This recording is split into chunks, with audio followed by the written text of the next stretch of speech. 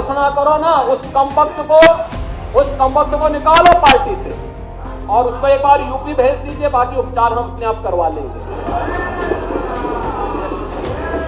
जो व्यक्ति छत्रपति शिवाजी महाराज की परंपरा पर गौरव की अनुभूति करने की बजाय लज्जा महसूस कर रहा हो और औरंगजेब को अपना नायक मान रहा हो, क्या उसको भारत के अंदर रहने का अधिकार होना चाहिए क्या? और समाजवादी पार्टी को इसका जवाब देना चाहिए। एक तरफ आप कुंभ को कोसते रहे और दूसरी तरफ औरंगजेब जैसे दुष्ट और क्रूर धर्मांध मंदिरों को तोड़ने वाले व्यक्ति को, भारत की आस्था को निर्ममता के साथ रौंदने का कार्य करने वाले व्यक्ति को महिमा मंडन करते हो। आखिर कौन सी नस ऐसी आपकी दबी हुई है कि आप लोग अपने उस व्यक्ति पर, उस विधायक पर नियंत्रण नहीं कर पा रहे हैं? निकाल देना चाहिए बाहर या यहां बुलवाइए सम्मेलन में। उत्तर प्रदेश तो ऐसे लोगों का उपचार करने में बहुत देरी नहीं करता। औरंगजेब को अब ये लोग अपना आदर्श मान रहे हैं। औरंगजेब का पिता शाहजहां अपनी जीवनी में लिखता है, अपनी आत्मकथा में लिखता है कि खुदा करे कि ऐसा कमबख्त किसी को पैदा न हो। उसने आगरा के किले में अपने बाप को कैद करके रखा, एक एक बूंद पानी के लिए तरसाया।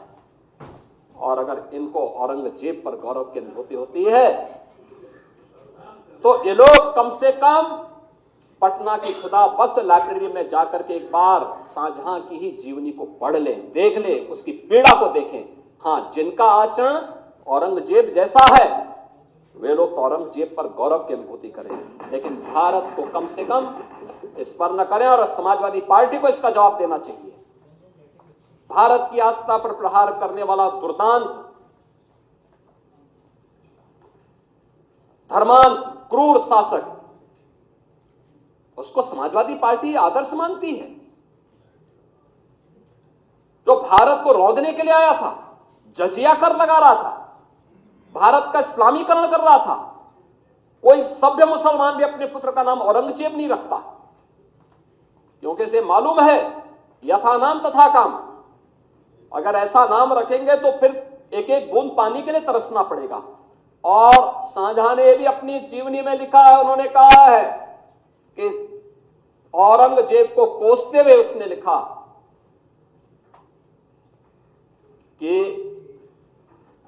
तुमसे अच्छा तो ये हिंदू है जो जीते जी तो अपने बुजुर्ग मां बाप की सेवा करता है, मरने के बाद श्राद्ध तर्पण के माध्यम से वर्ष में एक बार उन्हें जल देता है। तुम तो मुझे एक एक बूंद पानी के लिए तरसा दी हो। अब समाजवादी पार्टी यह तय करे ये पटना की खुदाबख्त में क्या करते। ये समाजवादी पार्टी का नेता, आपका विधायक घोषणा करो ना, उस कमबख्त को निकालो पार्टी से और उसको एक बार यूपी भेज दीजिए, बाकी उपचार हम अपने आप करवा लेंगे। जो व्यक्ति छत्रपति शिवाजी महाराज की परंपरा पर गौरव की अनुभूति करने की बजाय लज्जा महसूस कर रहा हो और औरंगजेब को अपना नायक मान रहा हो, क्या उसको भारत के अंदर रहने का अधिकार होना चाहिए क्या?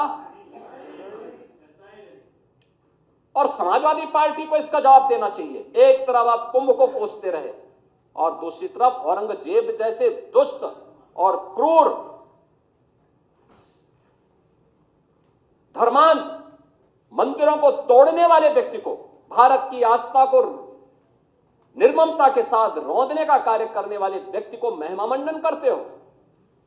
आखिर कौन सी नस ऐसी आपकी दबी हुई है कि आप लोग अपने उस व्यक्ति पर, उस विधायक पर नियंत्रण नहीं कर पा रहे हैं? और इसीलिए मैं कहना चाहता हूं कि खंडन क्यों नहीं समाजवादी पार्टी खंडन करे इसका। लाल बिहारी सुनिए, समाजवादी पार्टी को इसका खंडन करना चाहिए। समाजवादी पार्टी को इसका खंडन करना चाहिए और समाजवादी पार्टी को उसको बाहर निकाल देना चाहिए, बाहर, या यहां बुलवाइए सम्मेलन में। उत्तर प्रदेश तो ऐसे लोगों का उपचार करने में बहुत देरी नहीं करता है। महोदय, यह वर्ष और भी महत्वपूर्ण है। बाबा साहब भीमराव अंबेडकर ने जिस संविधान के शिल्पी बनकर के भारत को एक संविधान दिया, भारत के संविधान को अंगीकार करने का यह अमृत वर्ष भी, अमृत महोत्सव वर्ष भी है। और मैं एक बार और फिर कहूंगा कि समाजवादी पार्टी ने कभी भी एक बार नहीं, 3-3, 4-4 बार इन्हें शासन करने का अवसर मिला, बाबा साहब भीमराव अंबेडकर के नाम पे एक भी संस्था खड़ी नहीं की, बल्कि उनके नाम पर बनी हुई संस्थाओं को नाम हटाने का काम किया। ये लोग संविधान की बात करते हैं, यानी उन्होंने केवल कन्नौज का ही नहीं, सामाजिक न्याय के तमाम पुरोधाओं का नाम मिटाने का काम किया था। इस संविधान की वो प्रति लेके घूमते हैं, ये पीडीए की बात करते हैं। किस पीडीए की बात कर रहे हैं आप? बाबा साहब भीमराव अंबेडकर के नाम पे कोई संस्था समाजवादी पार्टी ने खड़ी की हो? हम तो कह सकते हैं बीजेपी ने प्रधानमंत्री मोदी जी के नेतृत्व में पंचतीर्थ का निर्माण करवाया।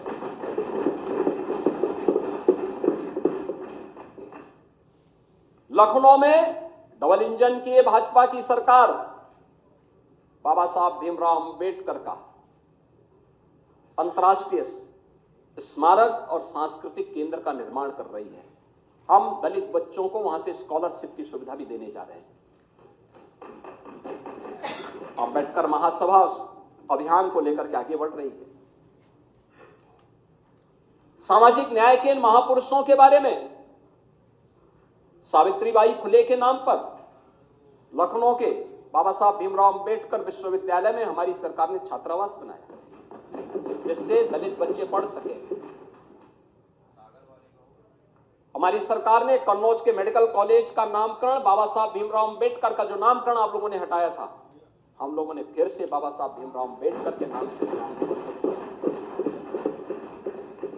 और इस बार के बजट में भी हम लोगों ने सामाजिक न्याय से जुड़े हुए इन सभी पुरोधाओं का सम्मान किया। आपकी पीड़ा को हम समझ सकते हैं। आप लोग एक परिवार से बाहर निकल ही नहीं सकते। हम लोगों ने अभी तक प्रधानमंत्री जी प्रयागराज आए थे, उन्होंने उद्घाटन किए थे 13 दिसंबर को प्रयागराज की योजनाओं का। निषाद राज के नाम पे श्रृंगवेरपुर में कॉरिडोर के निर्माण का काम किया, उसका भी लोकार्पण किया। हजारों वर्षों की विरासत। आप पीडीए की बात करते हैं, क्या निषाद पीडीए का पार्ट नहीं था? ये कॉरिडोर क्यों नहीं बन पाया? आप लोग तो उस पर कब्जा करवा रहे हैं। श्रावस्ती में और बहराइच में महाराज सुहेलदेव के नाम पर विजय स्मारक ये लोग नहीं बनने देते थे, हमारी सरकार ने बना करके तैयार किया। हमारी सरकार ने बनाया है, भव्य स्मारक बन करके तैयार हो चुका है। वाराणसी में संत रविदास जी, मन चंगा तो कटौती में गंगा।